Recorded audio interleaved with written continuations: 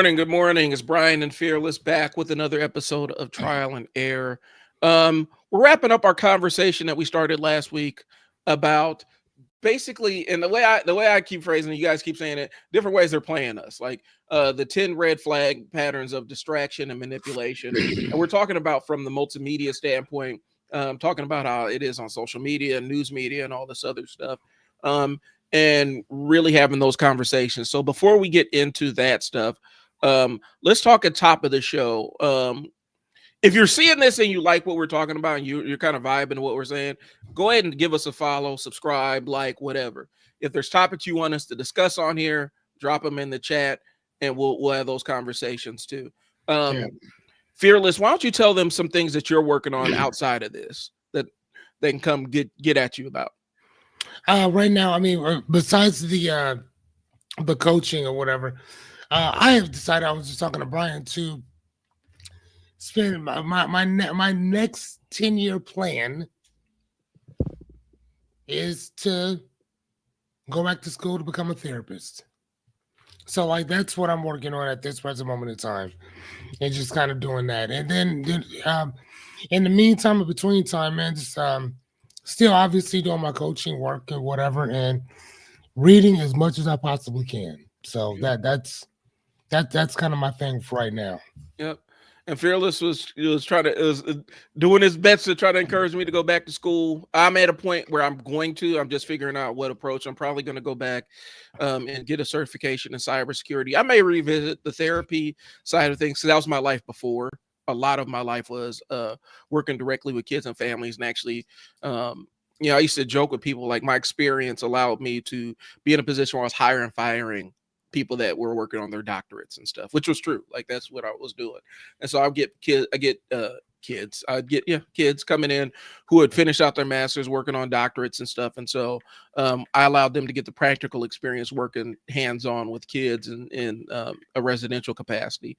But what I got going on is I'm going to be launching here in the next couple of days. I'm actually recording some content about it when we get done. My content to cash machine. And basically it's teaching business owners how to get started recording yourself. And we'll start with the absolute bare basics, from picking the right gear, lighting, picking the right platform and stuff. And then we'll go all the way through to messaging and everything. And so that's something that I'm going to be launching. I'm going to be doing it in a community setting, but I'm also going to be taking some one-on-one clients for people that don't necessarily want to be in community with each other. I'd strongly advise the community side of it just because you can get feedback from multiple people, and you can almost beta test offers. And ideally, once we get big enough, I mean, some of your offers, you may even have community members that want to pick up on those offers. So you never know. So that's kind of what I'm working on. And so I'm recording a lot of content for the content to cash engine, just because I feel like business owners see the content creation thing from the lens of the way these influencers do it. And then that's not necessarily the way that you drive business. So that's what I got going on. Last week, I think we talked about the different ways they're playing you. So I think we ended on emergency language. And so maybe we'll start, like, I think we talked about emergency language. So I almost feel like let's start here and then let's just work all the way through.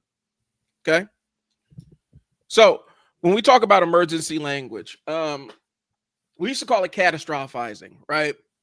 Like where you take something that is really not a big deal, or it's something that's outside of anybody's control, but you want to make an issue to either distract people or inflame them. And so you wrap emergency language around it.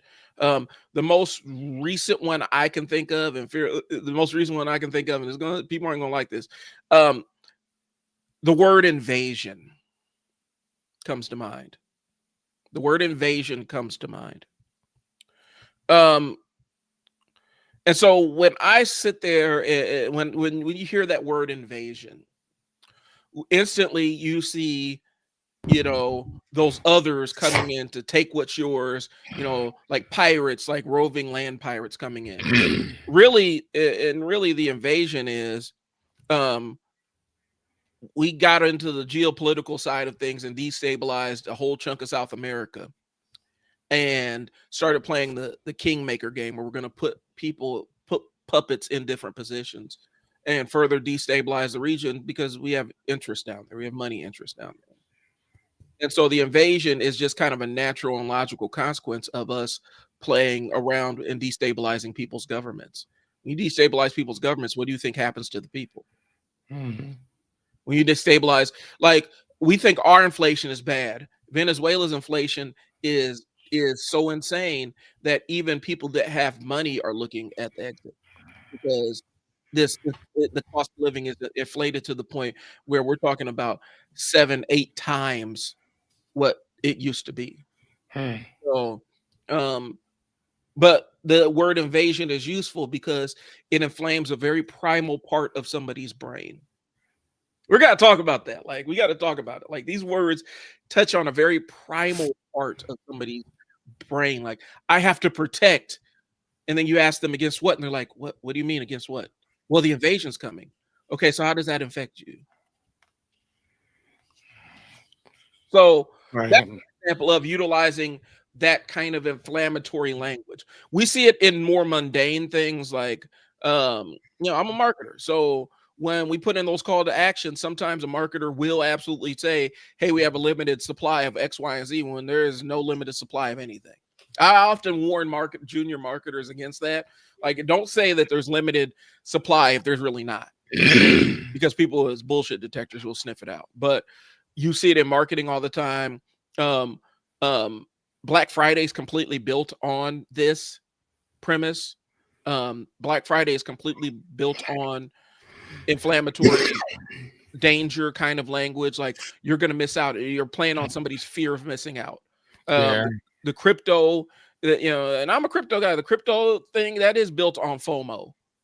When you get on the more meme coin side of things, a lot of it is built on, I don't want to miss out on this thing. So, Fearless, where do you see this kind of emergency language coming out? So, did you ever hear about Iraqi dinars? No. Well, tell me So, about it. I may have heard about it. okay, so what year are we in? So about 13, actually been about 15 years ago, Iraq was destabilizing this and the other, and they were going to be reevaluating their dollar, Hmm. right? Oh, okay. And so what happened was is that a bunch of people just started buying Iraqi dinars, which Iraqi dinar is nothing more than just their dollar, their money. Okay. And you had millions of Americans buying Iraqi dinars. Now you have people from all over buying their dollars, right? So you get them, and as soon as it reevaluates, you can actually go in and exchange that money for real money. So if you had $10 or whatever in there, Iraqi dinar said that, well, this money is going to equate to $15 for every $10 that you put in. So that's, you know what I'm saying? It's going to give you a percentage on that. People are still buying Iraqi dinars today. And one of the things that, and I got caught up into that too because I didn't know. So I bought $100,000 worth of Iraqi dinar. I forgot exactly how much money I spent on it. But at the end of the day, you want to know what it was worth? What? Nothing. Yeah. It wasn't worth anything. And so I bought onto this premise that I understood, but I didn't understand. Because I met this random guy at Fuddruckers one day, and I was talking to him about Iraq and their money and this and the other. And he said, "Let me ask you a question, young man." He said, "Why do they need to reevaluate their money? Why do they need to restructure their money? Hmm. Nobody cares." And as soon as he said that, like, I don't, for some reason, this red light, this red flag started popping up in my head. Like, he's right. Why would anybody care? And still to this day, they're still talking about, oh my God, any minute. And that's how they would do it. They would be like, any minute now, any moment now, they're going to be doing this and the other. So they were basically riling up everybody to go buy more, go buy more, go buy more. And there was a couple people who lost their lives doing that because they were rushing to go get more Iraqi dinar, and Mhm. then ended up in car accidents and died. You know what I'm saying? Right. And again, they never evaluated their stuff. Well, So, and so again, that's kind of what it is with that emergency language. Like, man, this is what they're doing. This is what's going on. So, and so one of the things that I started doing was I like seriously, I shut that shit off. I stopped watching it. mhm. I don't. I'll listen to it every so often if it comes into my purview, but I don't really step out into that precipice to go see exactly what's going on. I'm not trying to peek around any corners because I don't give a shit. I don't care. Right. Like whatever y'all do is what you do. Hey, if you strike a rich by buying their stuff, perfect, wonderful. Just like everybody was trying to do a GameStop. I'm like, oh my God, we're gonna make all this money or whatever. And it's like, okay, well, you got into the fluke, Mhm. right? Perfect. I bet your ass won't do it again. Well, You know what I'm saying? So no, no. there's still guys that are still holding on to the GameStop thing. Um, Actually, if you want a good resource to see that, Folding Ideas did an entire, like, that's one of his magnum opus level of videos where it's almost 3 hours talking about get the people trying to short squeeze, Short squeezing. Yeah, trying to that's what it short was. squeeze, all these hedge funds. They're trying to do it, um, you know, by holding on to basically useless stock like GameStop, Bed Bath and Beyond, AMC, um, you know, and talking about some of the psychological things that are going on with it, where it's not necessarily realistic. And when you hear how inflamed some of the guys are who are still participating in it, it's almost kind of disturbing, Hmm. because they they had created this entire reality where, by holding on to GameStop, essentially what they were going to do is they're going to ransom the entire financial market of the United States of America, by holding games. Like, it was a strong delusion where they said, well, they're going to have to pay out if we hold on to this, and if they try to buy GameStop and we hold on to it, and automatically restrict supply, um, they're going to have to pay us. They're going to get their margin calls and all kinds of other stuff. We're going to have to get paid off of this. And there's like, and it doesn't matter if the stock is, if it's 1 million or 2 million or 10 million per share, they're going to have to pay us. And if they don't, then what, we're going to collapse the entire economic system in the United States. You think that's going to happen? You think that's how that's going to work? And so, yeah, it's a cult of personality behind it. And they talked about, the guy who kind of stumbled upon it. It was completely by accident, but they Right. turned him into this mythical figure about, his intuition and stuff, to the point where, I think he accidentally typed M into Twitter, and instantly that became there. He's sending us secret messages, where all he was doing, he accidentally butt dialed something on Twitter. And Oh so it wow. it created this entire cult of personality, and a lot of people are getting burned. I don't know if the game stocks or GameStop thing is still running, but a lot of people were holding on to that, and AMC. We're going to hold on to it to the ground, even though, GameStop isn't necessarily a viable thing. It's still inflated, Right. but I mean, I've done stocks long enough to know that you don't chase a rocket ship. Hmm. And so, it was one of those isolated things. A lot of things lined up during the pandemic that went really, really weird. The stock market was literally doing things that people had never seen before. Hmm. And because of that, it created a bunch of perfect environments and perfect storms for people to make a lot of money. And people are still chasing that dragon. Hmm. So, Folding Ideas has an entire, I think it's The Line Goes Up, where he talks about how that, I think that's what it was. But if you ever want a great documentary about it, go check it out, because And what is it called? it's called Folding Ideas. I'm actually pulling it up. Folding ideas, and I think it's either the line goes up or this is financial advice. One of the two. Because he's making fun of the idea that where people say this is not financial advice. And he's like, no, this is this is financial advice. And basically he talks about the economics of short selling. Yep, that's what it is. This is financial advice. He talks about the entire structure of short selling and a lot of the mind state stuff that the head the delusions that people are operating under. So I'm gonna drop it in the comments if people want to check it out. I recommend it. It's one of those that's going to be a multi-view thing. So you're gonna have to watch it. You're not gonna be able to sit down and watch this in one shot more times than not. Okay. So anyway, yep, that posted. So let's go ahead. Let me get back to my thing here.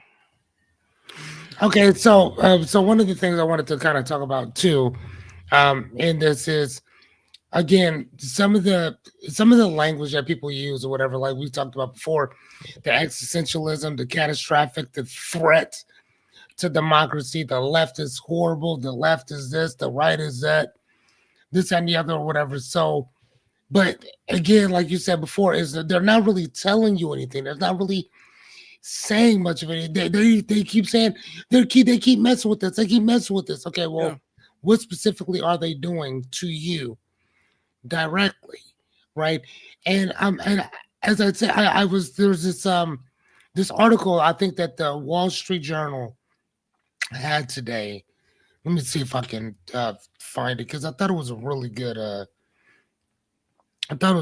article, actually. Let me see if I can. Excuse me, it was a Huffington Post. Mm-hmm. And they were talking about in the Huffington Post, they were talking about how I wanna make sure that I get this right. Therapists warn that this normalized Trump behavior is causing real world harm. And then the subtitle is, people often look up to the president, and in this case, that's clearly a problem. Mm-hmm. And again, what that does is, I think that it shows us that Obama made a person think, what can I strive to be? Mm-hmm. This is what's possible. This is what I can strive to be. George Bush made it seem like, and again, this is just from my purview, somebody else may feel differently, that if you got enough money, you can do this, you can do that, you can move the needle over here that was once over here. Okay. Mm-hmm. So he kind of made you feel like that dude's not the smartest guy at all. And he's president of the United States. I could do that too. The everyman.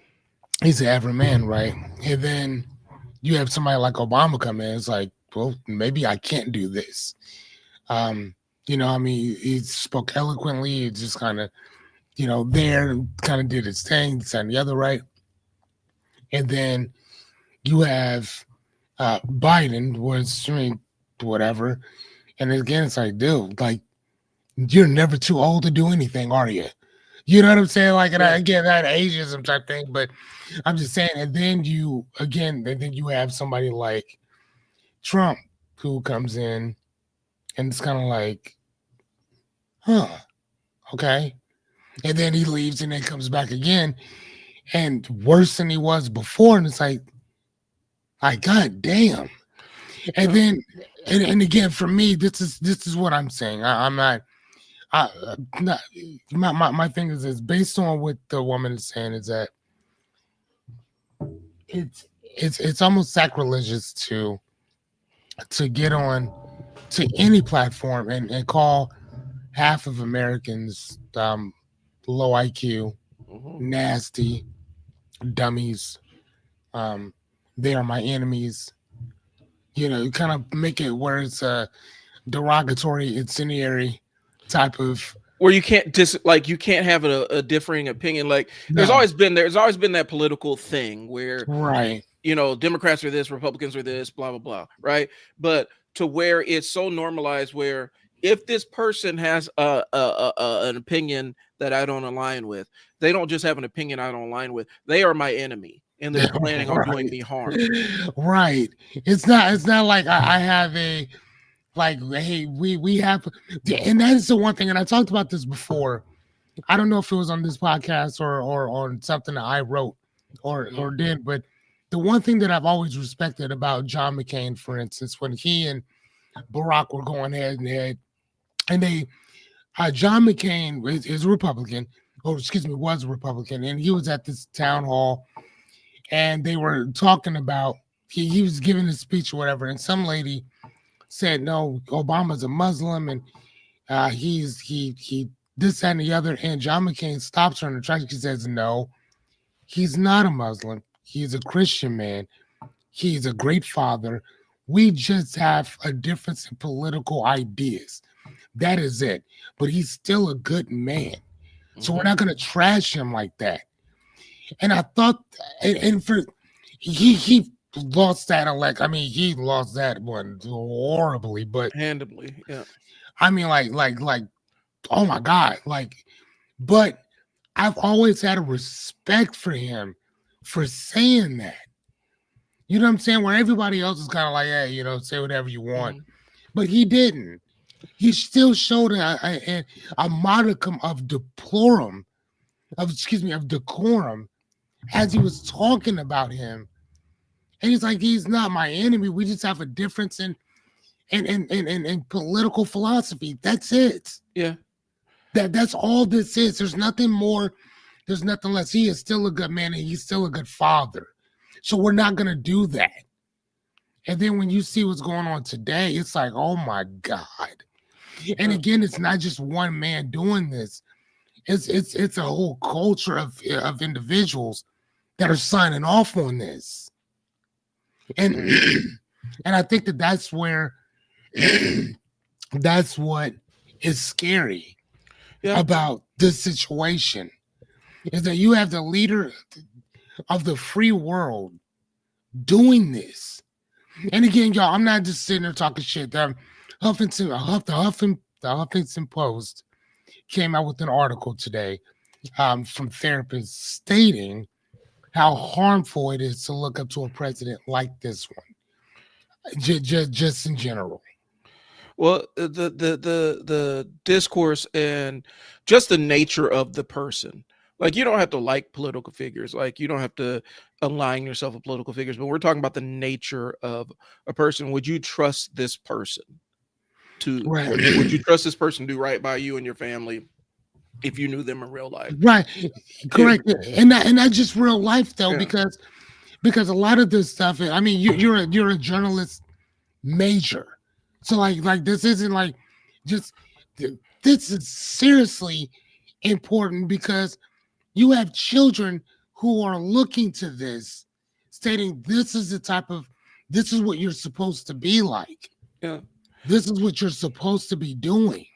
We enter this stage where words don't mean things as much as they used to. And what I'm saying by this is, we reach for and I know Louis C.K. mentioned this in one of his stand-up specials, but I'll throw this out there. We go for the top shelf with words. Right. We always go for the top shelf of words. Yeah. And in the sense of, the idea, and this is kind of the example. We talk about fascism, right? And talk about what fascism is. There are hallmarks to fascism. There are movements within fascism that you can historically link and say this is kind of what happened. And this was kind of the thing that was the march to this country being a fascist country or not being a fascist country. What we're seeing is you're actually seeing legitimate state control propaganda stuff, like and agitprop kind of stuff. Like, you're actually really seeing these things in real life being executed. And so what happens is, since we're so used to saying fascism and stuff like that, and I know somebody's gonna jump on there, well, you could do the same with racism. That's a separate conversation, because there's a sociological definition of racism and then the rhetorical definition of racism. And these aren't the same things. But we talk about when I talk about propaganda and the utilization of propaganda, right? Um, and who's a propagandist and who's not. Mm-hmm. Um, People get in their feelings about it. They absolutely do. They get in their feelings of, well, you're saying this person's a propagandist. Yeah, I am. Well, what makes you say that? Because here are the hallmarks of what they're doing, and these are the patterns and things that they normally do. Right. Um, and so I'm saying all that to say this. Um, when we try to affix these labels to identify what's going on, you can't clearly identify what's going on because we're in unprecedented times, right? Mm-hmm. Um, I think I was talking to you about the entire Nick Fuentes Groiper thing. Yeah, yeah. Okay, the media still doesn't quite understand that. They still see things in this binary of right wing, left wing, right? They don't understand that there's a culture of hyper online people who take the most absolute batshit extreme stances from the right and the left and from everywhere in between, and they build a political ideology around it. And that's where the Groypers come from. They come from, we are going to press on every single fault line, every single political fault line. We're going to press on it to basically watch the world burn. And that's Mm-hmm. kind of their philosophy. So it doesn't matter if the political ideology fault line is about race. Doesn't mean it matter if it's homophobia, sexism, religion, whatever. If they can press on it and get people agitated, that's what they're going to do. That's their political ideology. It has no home on the political spectrum. Right. It's super individualized and super individuated, because what happens is it allows for ease of plausible deniability, because they can, a person can self-identify as a groper, and then they go off and do something do something horrible that brings a huge bad name to the entire their movement, and they can just say, well, they weren't truly part of our movement, Mm-hmm. because there is no structure. It's a decentralized kind of thing. Yes, it's tied this political figure, but since it doesn't exist anywhere on any one central location of the political spectrum, it's hard to group them in and treat, and everybody Mm-hmm. gets treated as individuals. That's what happened with the alt-right. That's what happened, we're seeing with like neo-Nazi stuff like that, where they don't necessarily, they'll self-identify, but there's no group that identifies as that. Mm. It's just a name that becomes tied to this loose association and affiliation of people. Right. And so what we're seeing it play out now is the Antifa stuff, where like we're watching um the media machine around the allowed media machine around our administration literally create a classification for a decentralized organization and saying anybody that does X, Y, and Z is part. We're basically seeing McCarthyism again. This is what Mm. McCarthy did with the Red Scare. This time it's the Antifa scare, because Antifa is like the boogeyman, and people that don't know any better think that there's Antifa meetings and stuff like that. You have loosely affiliated anti-fascist movements that have always existed. One of the largest ones that and you'll know who I'm talking about when I say them. One of the largest anti-fascist movements that's ever existed, and one of the largest Antifa groups ever existed, was the U.S. military in World War II. Mm. That's what we're looking at right now. So basically, for those of you who may not necessarily understand what fascism is and this and the other, so it says in simpler terms, fascism is when a country trades freedom for order and unity. Yeah, Hold on.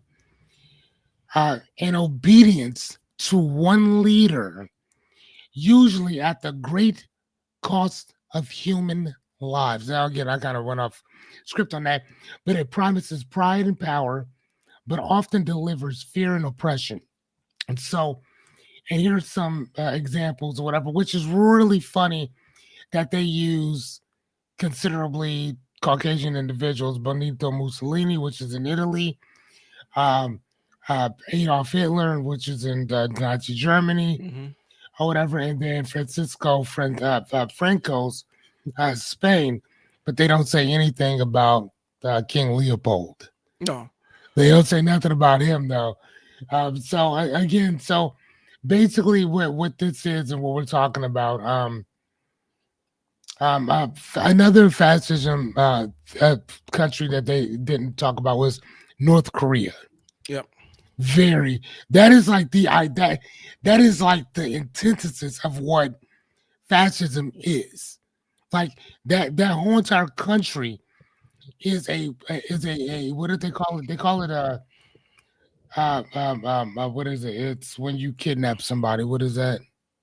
Oh, hostage state. It is a hostage state. It's not even a hostage state, it's a hostage country. Because nobody's coming to save them, like at all. Like not whatsoever. Well, and I I- want to touch on something you said because I want to point out a similarity. Go ahead. One of the things is, and what we're seeing is the complete and utter. Like we could say this person, and some people, okay, this show's about pissing people off. All right, so some people think that, well, this person called me a racist because I said racist things. And so they're labeling me and they're saying I'm evil and bad. No, we're just saying that you're a person who said racist things. That's it. Get your feelings out of it. Get your feelings out the street before they get hurt. Mm. But when we're talking about the labeling and the otherizing of people, we're talking about where the head of the country is saying those people over there are evil, bad, and wrong, and we must eradicate or get them under our boot. Otherwise, they're going to come and destroy us. Is palagenic ultranationalism, the idea that an entire country has to go through a process of cleansing and rebirth to restore its former glory and honor, right? Palingenesis is basically the idea of Genesis, be the rebirth, and nationalism is nationalism, right? Okay, And so what did you call that again? palagenic ultranationalism.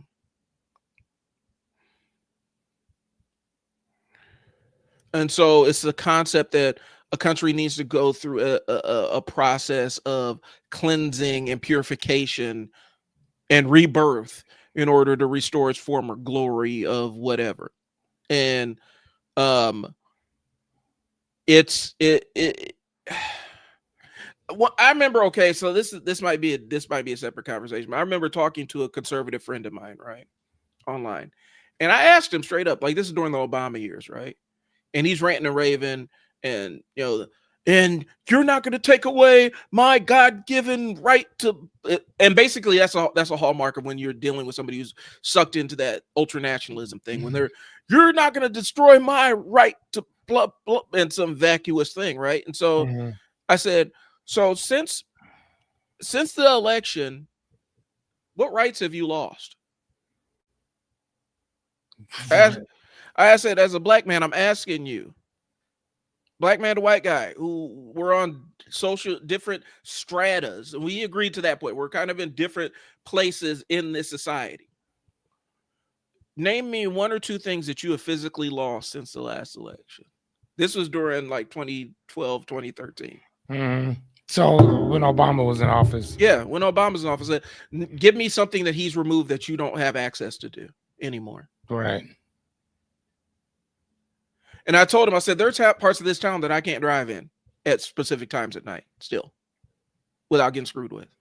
And I said, that's a very real thing for me. I said, every 4 years, my humanity's on the ballot. But I asked him and he couldn't come up with anything. It's like, because all the stuff that you have lost is literally just a theory in your head, a concept where I could point to tangible things that is either come in or exited my life, right? And so I was like, when you start with the danger of that palagenic ultranationalism is it disconnects, and it disconnects from tangible and attaches to emotional. Basically, it's like you lost your right to have a white president.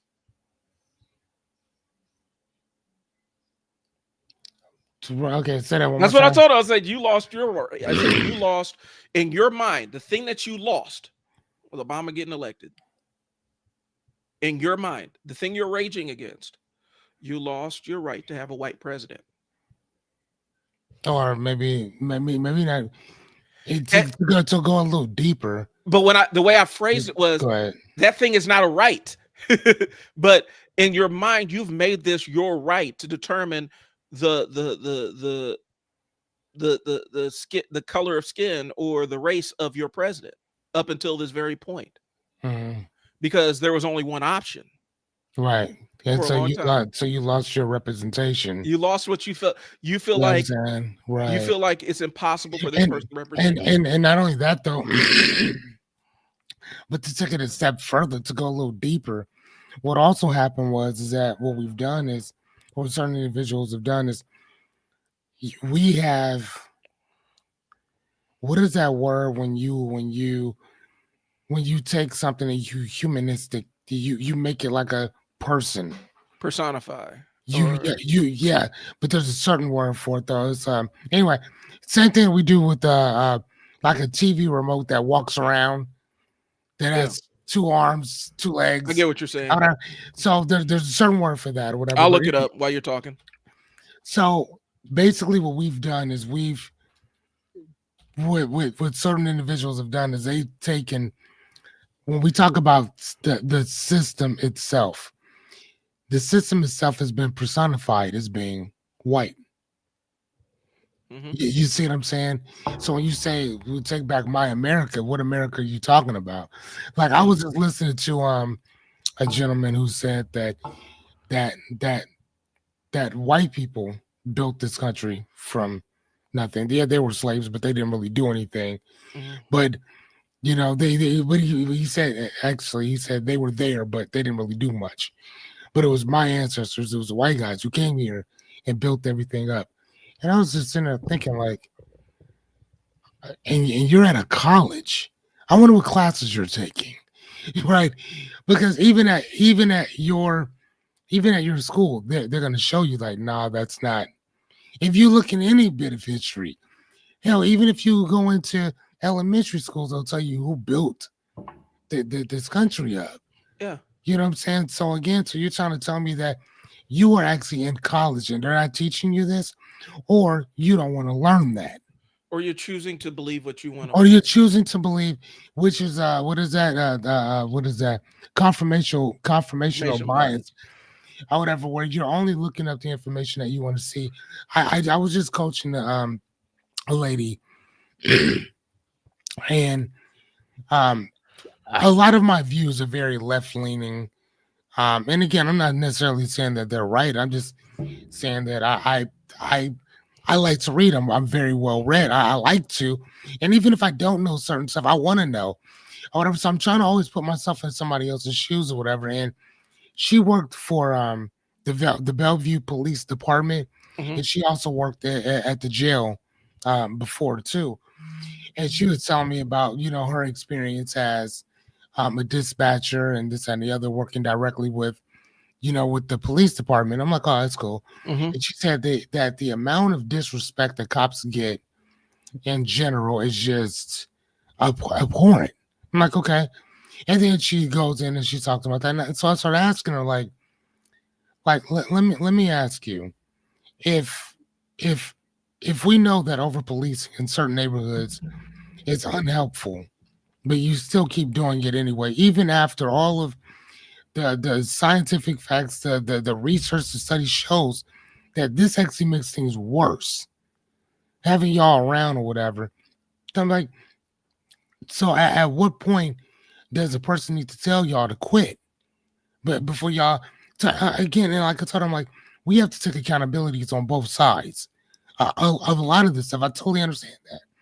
But at the same time, though, when you're a police officer, you are choosing to be a cop. You that's a choice. Hmm. Nobody's forcing you to do that. Now, for me personally, I take my hat off and I applaud people that become police officers, because that's not a job that I'm built to do. Like, I don't want that job. Hmm. So I'm also not going to critique people that do it. But what I will say is this: when you put that badge on, you are stating that you are you're not above reproach. You are the standard, and and you're always trying to rise above that, Hmm. right? That's how I look at stuff. And like I told her, I said, ma'am, I've seen police officers come on the scene to a place and make things way worse than it needs to be. Way worse than it needs to be. They'll take something simple and blow it out of proportion. But I've also seen the public do the same exact thing with them. So again, it's not, and again, people just have we people have a fear of police officers. Now, I look at that like this. This is me personally. I look at police officers the same exact way as I do the IRS. I I understand what they're here for. It doesn't mean I gotta like you. You know what I'm saying? Like I don't like people who work at Burger King either all the time. But I'm also not gonna talk shit to somebody who's back there making my food either. Well, You know what I'm saying? I was like, I'm not doing that. So like I told her, because we had gotten into it. It wasn't, and again, it was just a discussion. mhm. It wasn't an argument. It wasn't even a debate. She was saying some stuff. I said some stuff, but again, and I even showed her in my collection of books that not only do I have left leaning stuff, I also have right leaning stuff as well. You gotta know how everybody feels because otherwise, like I pride myself in trying to understand both sides of everything, Mhm. regardless of how skewed your perception may be to me. To you, it makes perfect sense. It's not my job to try to transform you. It's one of the greatest things that Neil deGrasse Tyson said, which is one of my favorite people. I'm just to throw it out there. He said, "Listen, if I'm talking to you about something, and I'm going to ask you just one question, is there anything I can show or prove to you how your perception might be skewed in what we're talking about? Would you be open if I showed you something to maybe offset what you're talking about? If it's a no, then conversation's over. Yeah. If I can show you ample amounts of proof that God doesn't exist, would you actually take what I'm saying to heart? Probably not. Yeah. Most people So aren't. there's nothing I'm gonna say to you. I don't. And again, as far as hello, goodbye, have a great day. What are you eating? Do you like lunch? Lunch is on me. Type stuff. We don't need to discuss anything else pertaining to this. There's certain people I do not talk to about religion. There's certain people I do not talk Right. to about politics, and it's not because I don't want to hear your point. It's that you don't like questions. It's entrenched. It's like right, you're indoctrinated. Whereas I'm trying to educate you, you need indoctrination, and I don't want to indoctrinate. That's not what I do. And so to jump back a little bit to the point, and I think the bigger question is, um, one, all right, so we talk about over policing, right? And this is me jumping back way farther back in the conversation. Why is it, and this is a genuine question, and I don't expect people are going to answer this honestly. If we know the deleterious effects of over policing, and we know that that a lot of times when just by nature of having to fulfill certain quotas and things like that, a lot of times officers that don't have anything to do look for things to do. Right. And I like that. You say they don't got nothing to do, so they look for stuff to do. and Right. typically that look for something to do means I'm going to cite this person, I'm going to manufacture a crime or manufacture some kind of thing that would not otherwise exist. It wouldn't otherwise be a crime if I was not were I not paying attention to this thing. Because realistically, when you go through the code of books, if you go through any of the codes or laws in your state, city, or township, literally everything you do is against the law at some point in time. Anything you do out in public is against the law at some point in time, depending on who you're interacting with. But if we know that over policing is a problem, and we know that when an officer doesn't have anything to do, they have to find something to do, otherwise they get disciplinary actions too. Do you think that when you have an area community that's over policed, do you think that you're going to see more of those kind of crimes, citations, you know? Hmm. And then you need to ask, so if this is an ongoing thing and this has been happening for decades in a specific community, how long does somebody have to stand in your backyard after you ask, if you let them know that they weren't necessarily welcome to stand back there, they didn't have any purpose back there? How long are you going to allow them to stand in your backyard before you start to get irritated? Hmm. Yeah, I think you should Where they're ask. just kind of soup, like Say that, say where that it's one just more hall time. monitor stuff, where it's Say, not. say that one more time. Say that last sentence one more time, please. How long does somebody have to, how long are you going to allow somebody to stand in your backyard just staring at you, supervising you, when they know that they're not necessarily welcome? How long before you start to get irritated? Hmm. Because I Hmm. was looking, I'm thinking about Yeah. specifically when they rolled the feds out in DC, right? They had all those federal agents out in the streets in Washington DC, and bro was literally outside smoking a cigarette, and they started messing with him on his own porch in his own curtilage.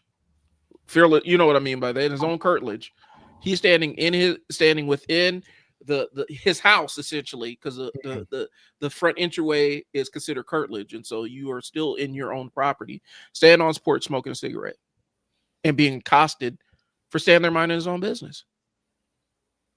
Hmm. How long is a person supposed to endure that for this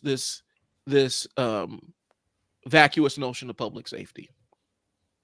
And if this was your neighborhood, 192nd and whatever. Mm-hmm.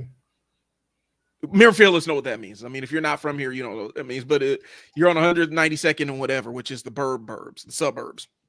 Thought that happened here? Well, I'm asking, how long would you endure? Okay, I'll ask this question here. So I was actually at the Omaha 360 meeting when they announced Omaha had the spotter things, right? Yeah. The listening stations, right, in North Omaha. And that's for gunshots for those of you who don't know yeah, what that's for gunshots, but they say that's for gunshots. There's been stuff that they can track, they can hear other things besides gunshots, but they Oh, said, really? yeah. And so Hmm. um I didn't you know that. know, and there's a bias, there's a real clear bias, there's a psychological bias that was occurring even when they're explaining this. If you pay attention to a certain part of town, you're going to notice things more in a certain part of town. When I lived out in West, I heard more gunshots than I did when I lived up north. Yeah, me too. Me too. Me too.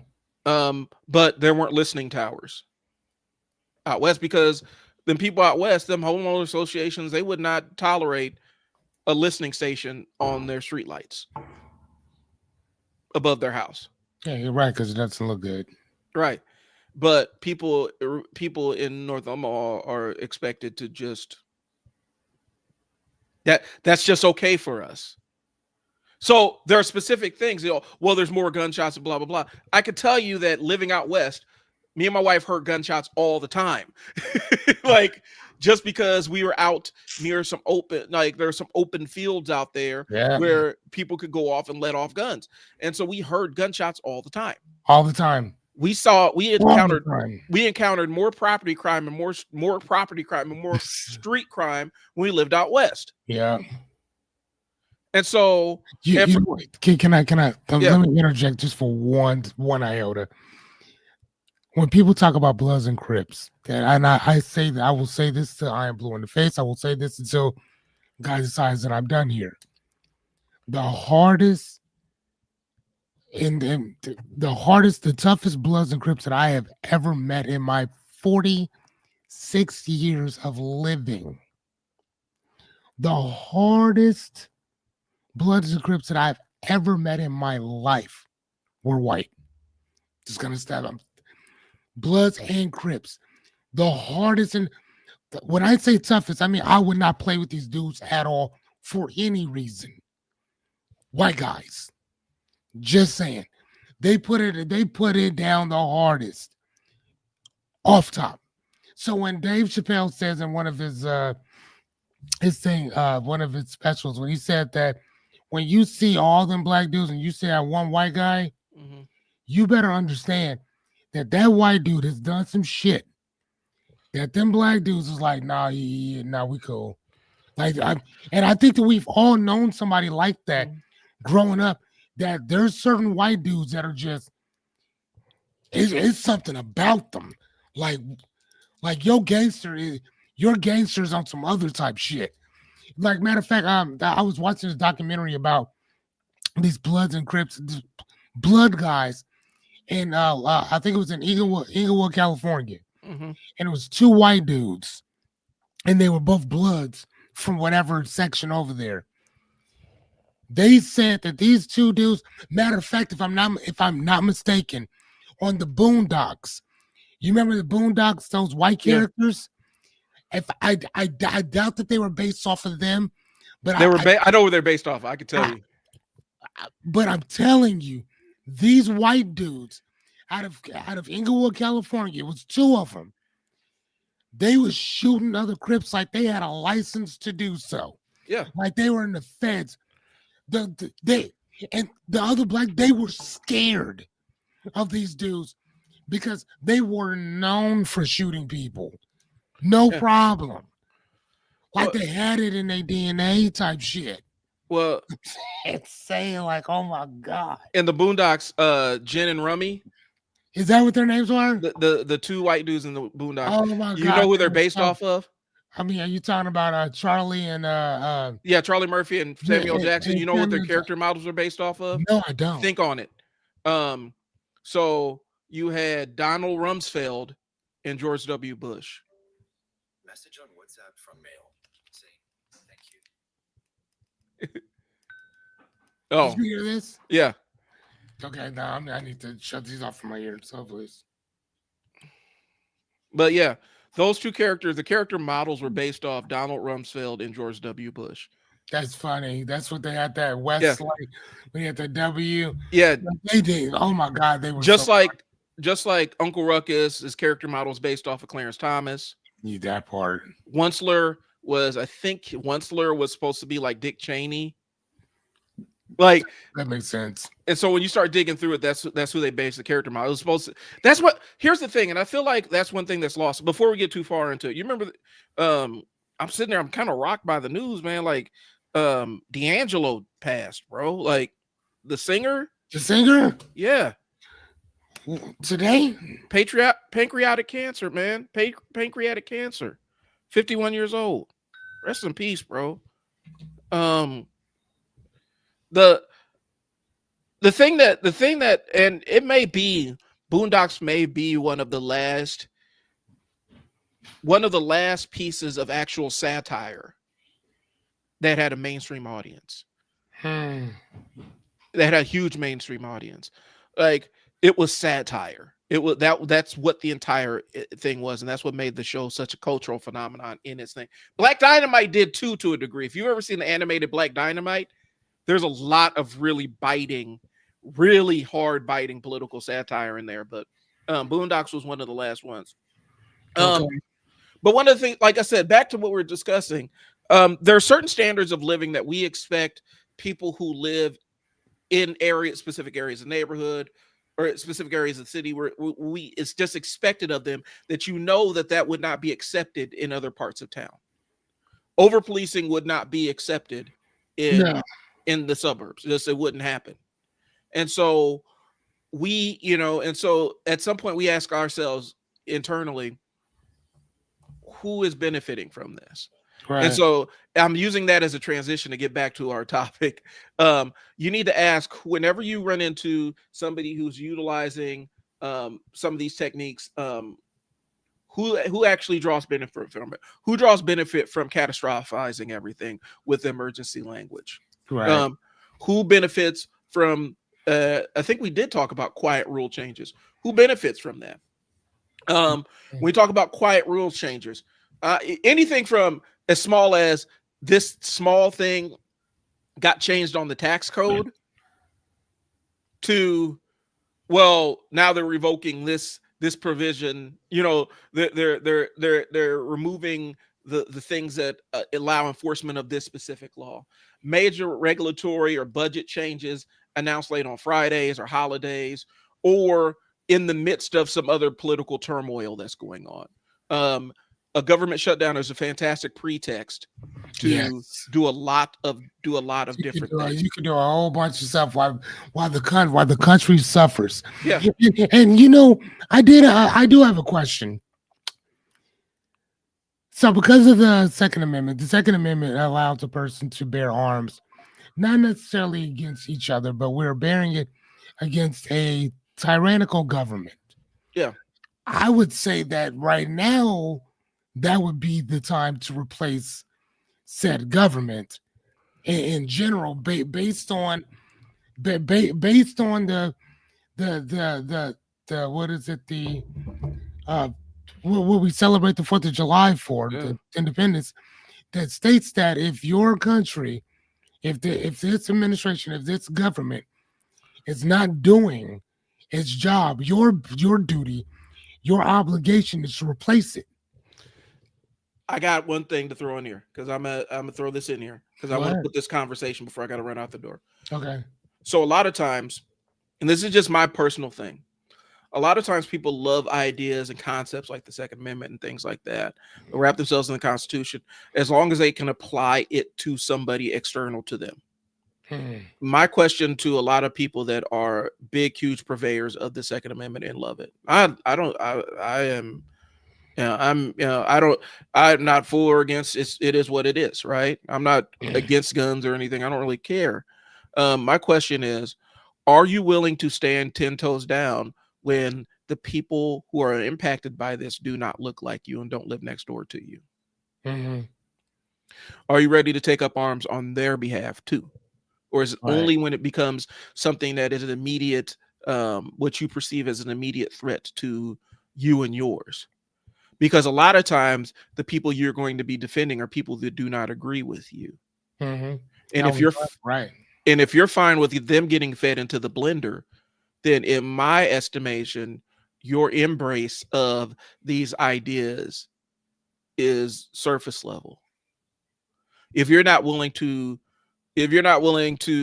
like go, bang hard for the people that don't politically align with you, voted a different way than you did, then a lot of your stuff is on paper. That's like last week when I was talking about Ernie Chambers. Ernie Chambers fought for people who did not like him. Yeah. And that's why I've always respected him. That's integrity. People that did not like him or vocal critics of his, he would still, on the principle of the thing, would still fight if he felt like you were getting screwed over by the government. And a lot of times I feel like people's embrace of that Second Amendment is so tied to their politic as opposed to what they believe their fundamental rights are in this country, that they won't go out and raise arms to defend somebody who doesn't align with them politically. They won't they won't protect their right to free speech. They won't protect their right to bear arms. They won't protect their right to security and freedom of movement and unlawful detainment. They won't fight on behalf of that because they don't politically align with them. That's one of the issues.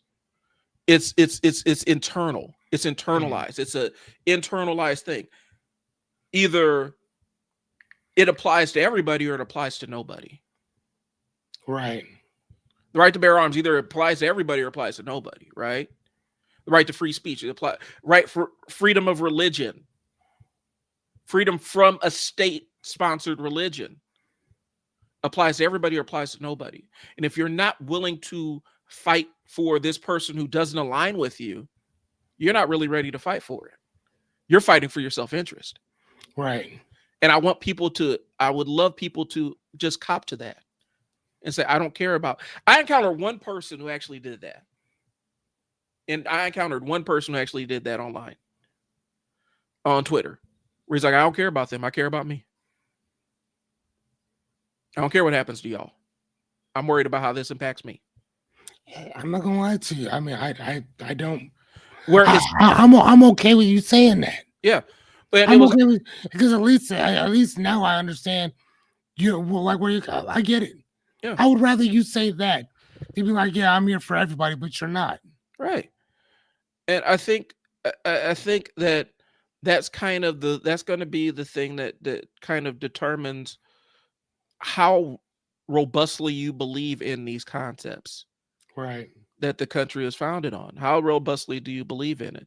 You know, um, I remember this is really weird. It was a really weird thing. So open carry, like you see those open Yes. carry videos all the time, right? Yeah.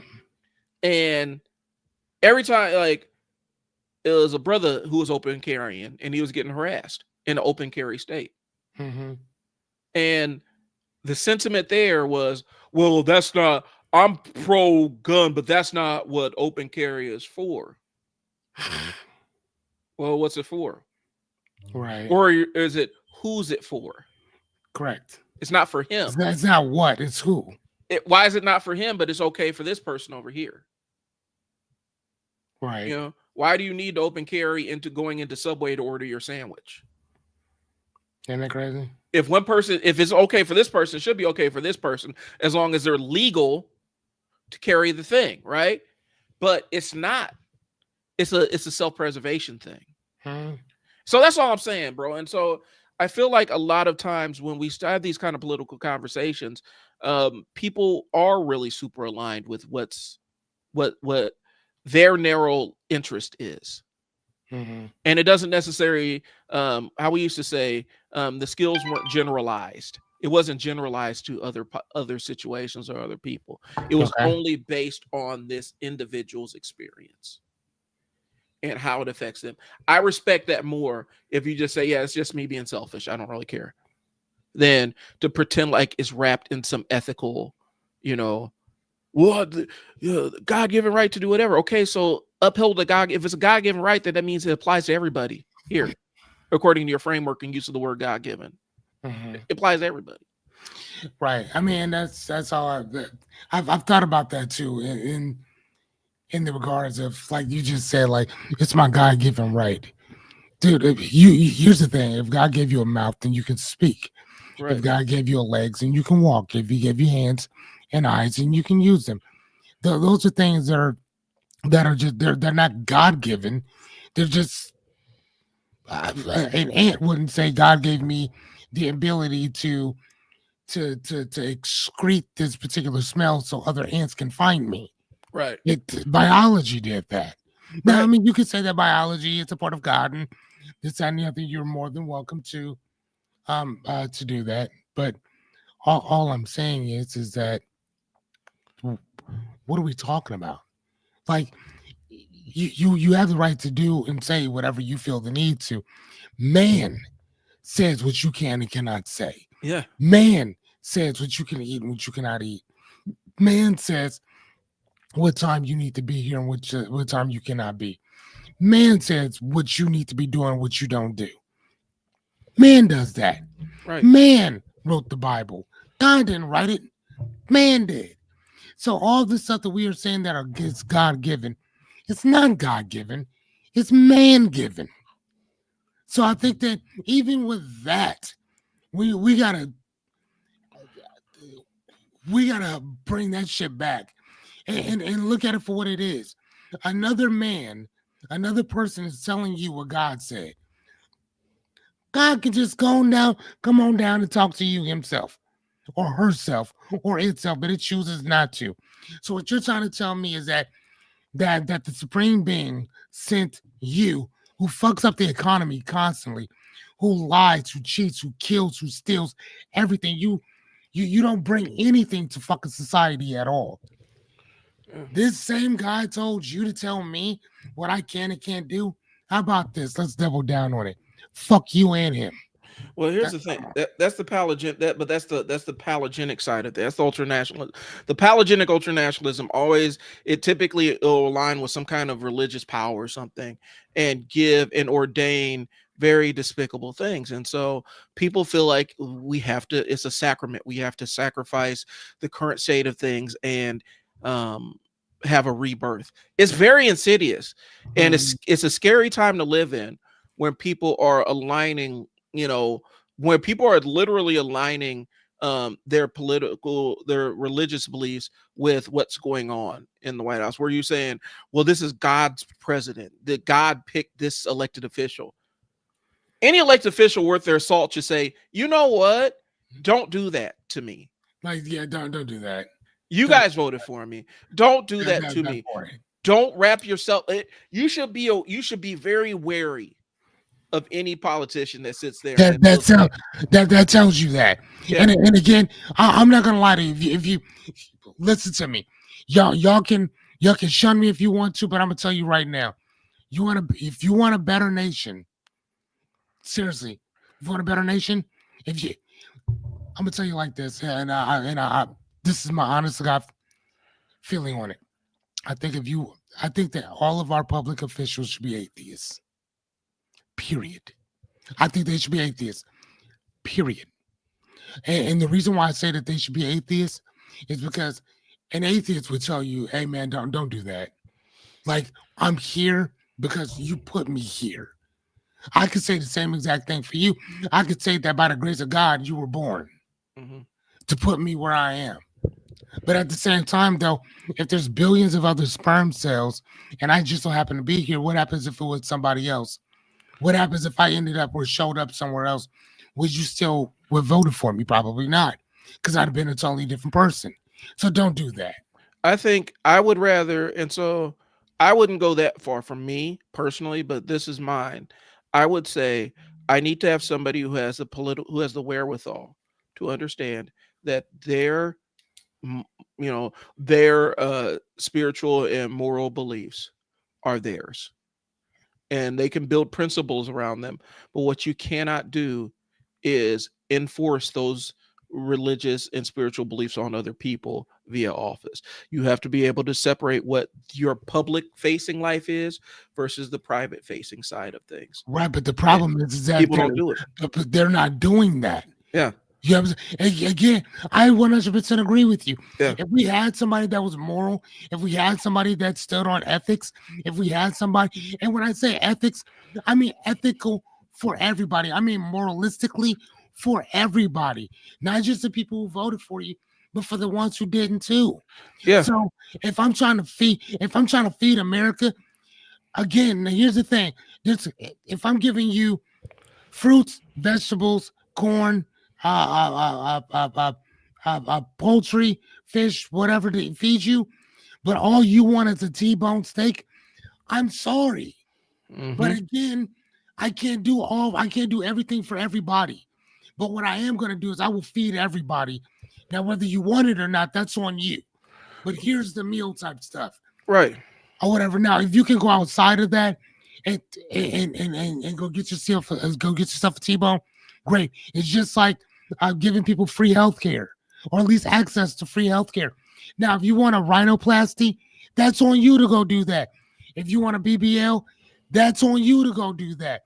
But the rest of making sure that you're healthy, this, that, and the other, we will supply that. We'll make sure that you get that.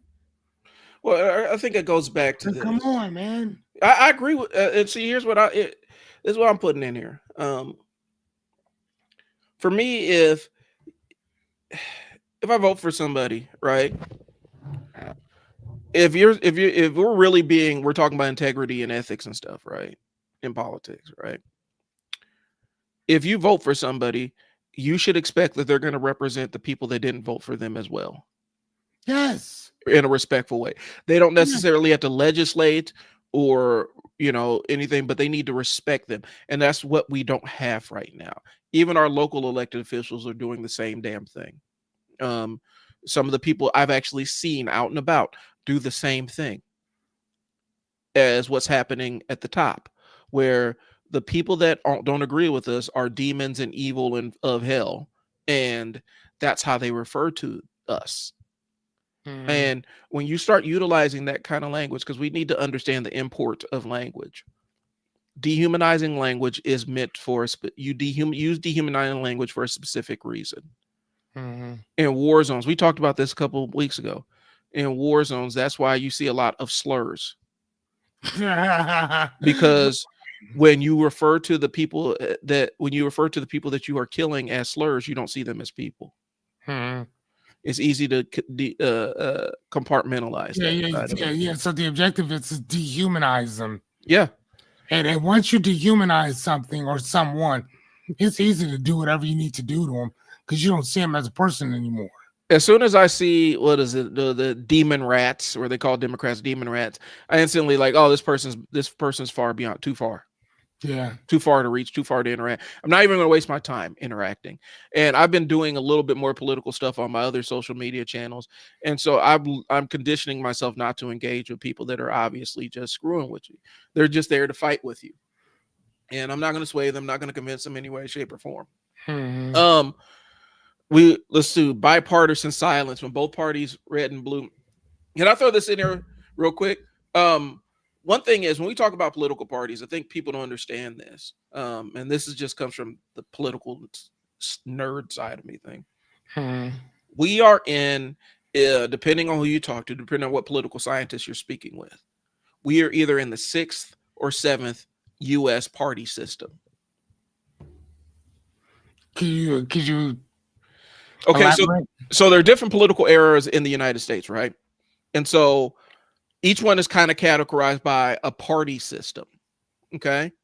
And so this is basically who the major parties are and what they align with. Okay. And we're about in the 6th or 7th iteration of this. Okay.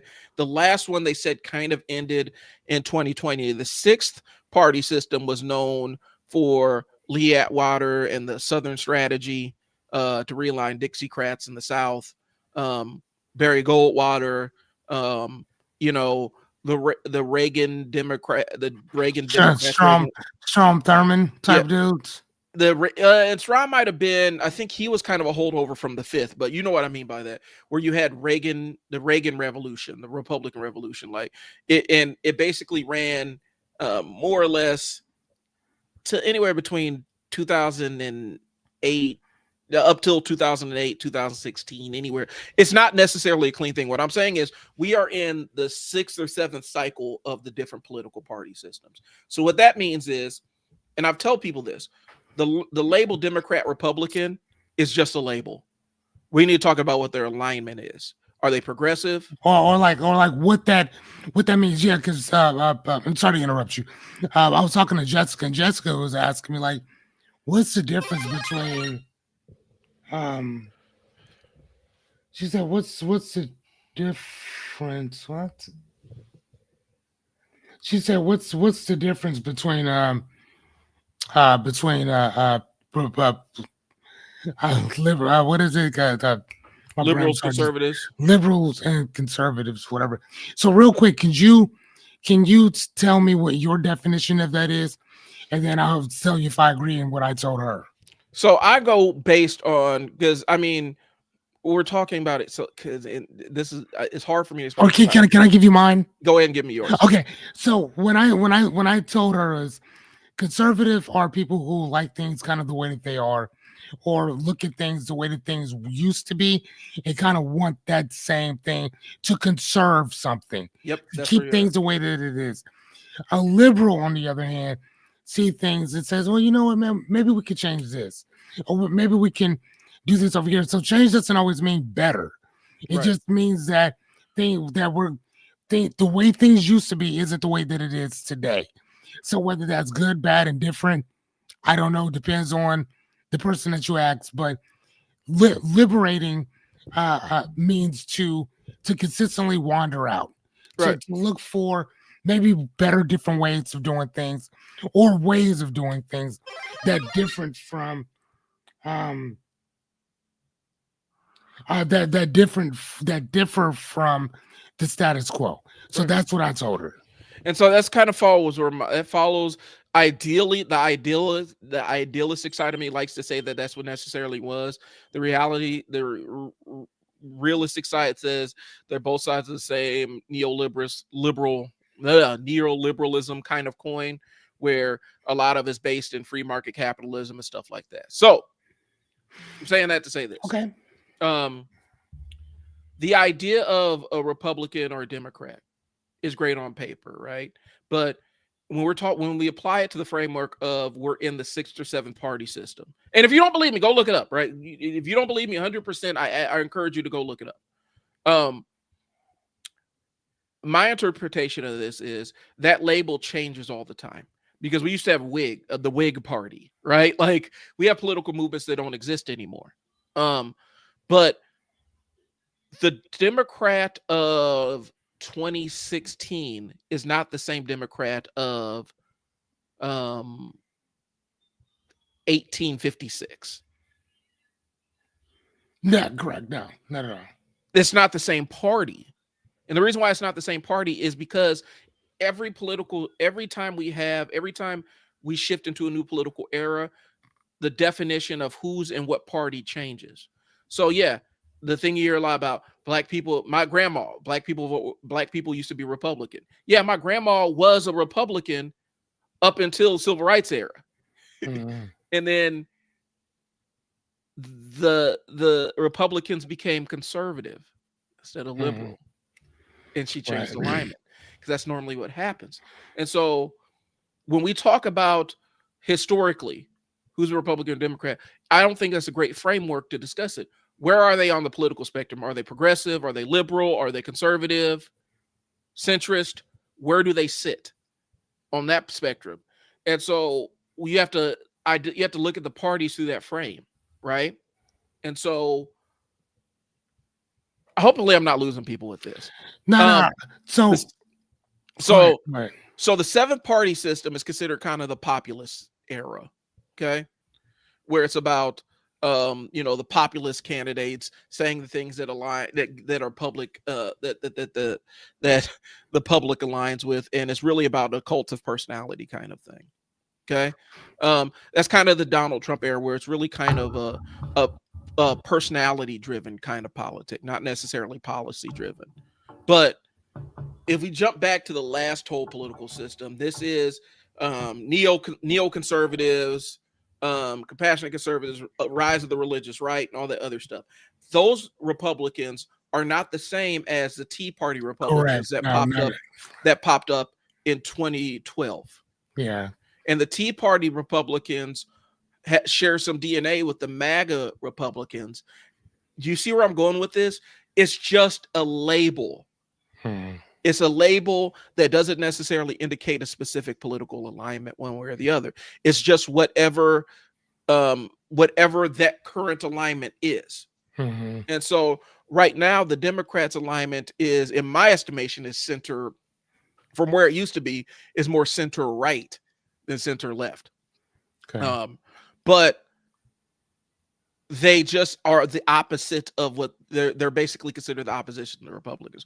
Like I said, the core values and what the party stands for changes every political cycle, every political system, it changes. And so the 80s era Republican is not even the Republican of today. And that's just how it sets up. And I don't think we're necessarily done a favor by holding on to the same political names. I know that that's what the point is, but I don't think that they should even hold on. I think the party should change their names every political era. I think that we do have. I have a question for you. Yeah.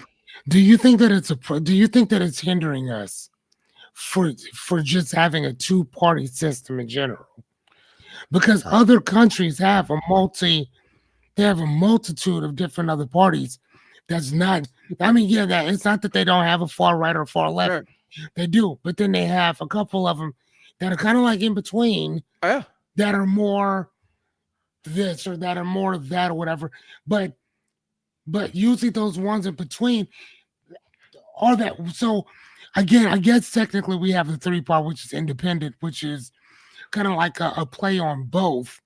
But do we need another one, or do we need somebody that's independent that's like, bro, okay, I see what's going on here, but these are the things that we actually need now? Well, Nebraska used to be kind of a microcosm of what you're talking about. Okay. Because it was really rare up until really recently. It was rare to really know exactly what the mayor's political party was. Mm-hmm. If you notice that, we didn't really care. As long as a boring white guy, you can just put him in the office, nobody cared. right? Yeah, for sure, for sure. Yes, I remember And that. so we weren't necessarily because Like Hal Dobbs. yeah, Nobody gave a shit. we had Ben Nelson. Ben Nelson Ben is a perfect Nelson, yep. example. Ben Nelson was a perfect example. He was a conservative Democrat, right? Mhm. But nobody really cared. They just voted for Ben Nelson because they like Ben Nelson. And so Yeah. it was this apolitical thing. I feel like either, I don't know if it's a human condition or if it's an American condition. We operate in binaries. Our Mm. brain cannot handle more than two options when it comes to making decisions. Wow. And I don't know if it's an American invention or Crazy. I don't know if it's an American invention or if it's a a human condition. But if it's we have to make things either or. And when you do that, you invite extremes on either side. Now, I'm Okay. not saying in this political climate, I'm be honest with you, each side isn't extreme. One side is kind of what used to be on the fringes, edges of right wing, which is kind of mainstream now. The other side has been the same boring centrists, the same ineffectual boring centrists that they've always been. Yeah. And Same ineffective, right? and so that's what you're seeing play out. You're seeing center people being, and for the people that are on the fringes, it benefits them to paint the people in the center as the radical ideology, where realistically the people in the center are making the Democrats are making the most pragmatic play, which is okay. So we kind of have a diverse coalition of people, so we need to speak to a diverse coalition of people. Well, that's radical. Well, no, it's not necessarily, because if you have a diverse coalition of people, you need to speak to a diverse coalition of people. Now, the problem where it gets problematic is what happens is this is where the racial dynamics come into play, because one thing that's happening in the Democratic Party is um, since they are a diverse party, you're decentering entrenched white Democrats, and they don't like that shit. Hmm. They don't like that shit at all. Now they're doing what? Interesting. What?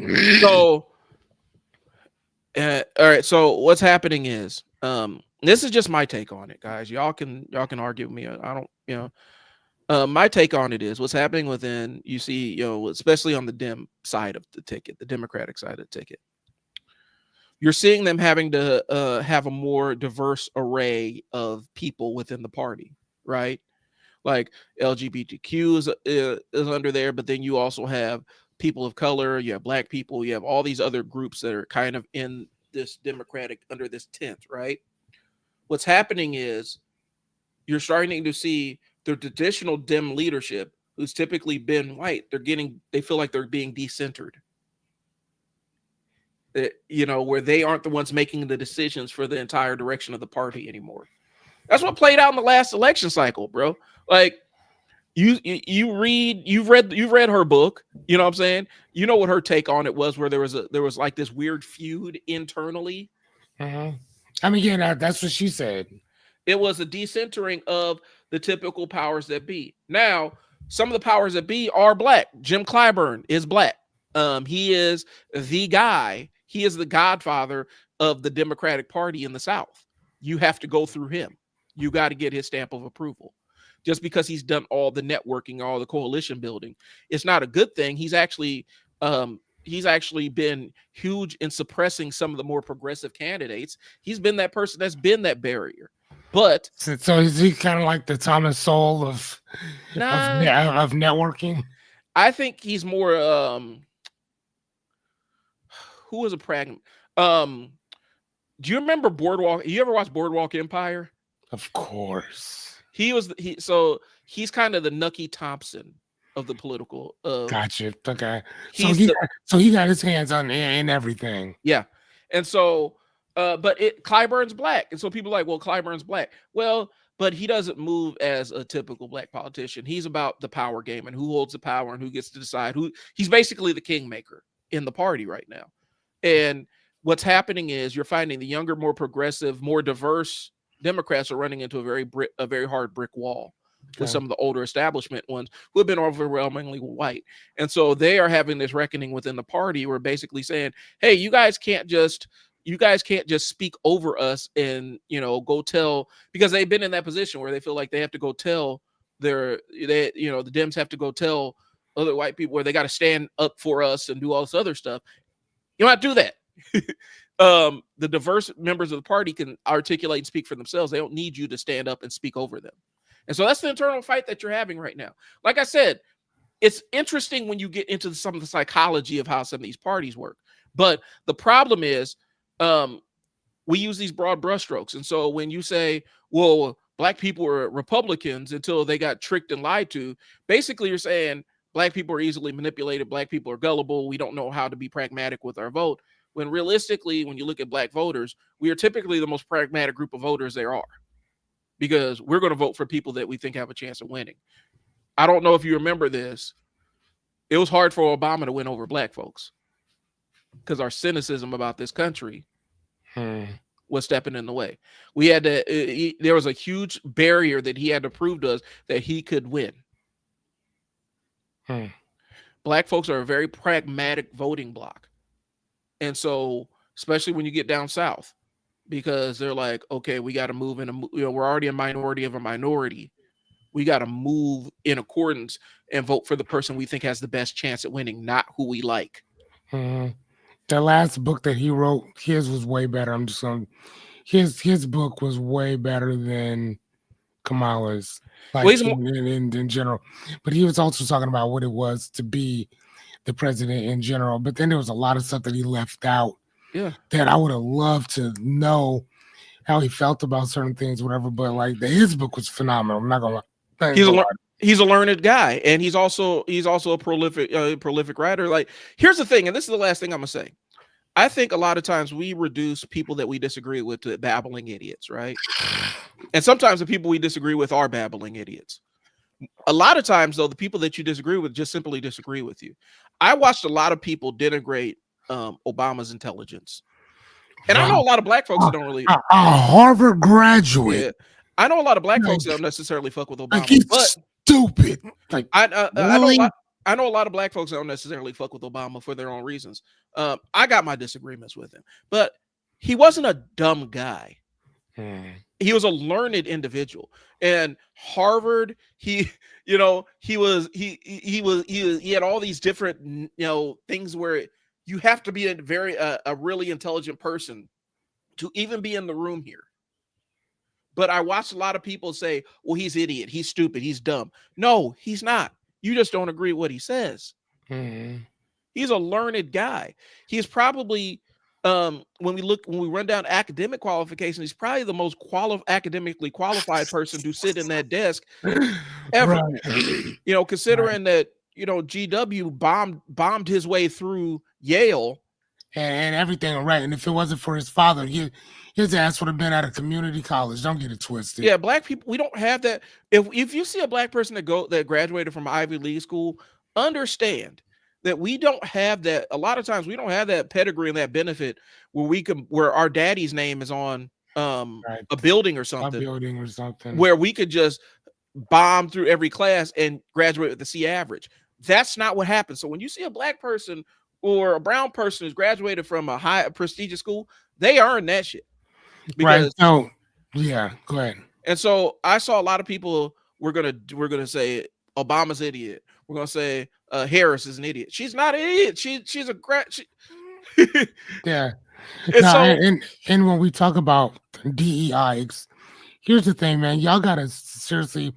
And again, that the biggest problem, the thing that I loved about that book, and again, that she talked about is there is a war on education. There is a war on fucking literacy. Yeah. Y'all, there's a war. Like, and you know who's winning?